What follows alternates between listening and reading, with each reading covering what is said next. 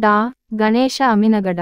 ಕವಿ ಪರಿಚಯ. ಕೃತಿಕಾರರ ಪರಿಚಯ. ಡಾ ಗಣೇಶ ಅಮೀನಗಡ ಅವರು ಬಾಗಲಕೋಟೆ ಜಿಲ್ಲೆಯ ಅಮೀನಗಡದವರು. ಹಂಪಿ ವಿಶ್ವವಿದ್ಯಾನಿಲಯದಿಂದ ಡಾಕ್ಟರೇಟ್ ಪದವಿ ಪಡೆದಿದ್ದಾರೆ. ಪತ್ರಿಕೋದ್ಯಮದಲ್ಲಿ ವಿಶೇಷ ಆಸಕ್ತಿಯುಳ್ಳ ಇವರು ಪ್ರಸ್ತುತ ಮೈಸೂರಿನಲ್ಲಿ ಪ್ರಜಾವಾಣಿ ಪತ್ರಿಕೆಯ ಮುಖ್ಯ ವರದಿಗಾರರಾಗಿರುತ್ತಾರೆ. ಕೈದಿಗಳ ಕಥನ ಮುಂತಾಗಿ ಅನೇಕ ಕೃತಿಗಳನ್ನು ರಚಿಸಿದ್ದಾರೆ. ಅವರ ಏಣಿಯಿಂದ ರಂಗದ ಏಣಿಗೆ ಎಂಬ ಕೃತಿಯಿಂದ ಪ್ರಸ್ತುತ ಭಾಗವನ್ನು ಆರಿಸಲಾಗಿದೆ.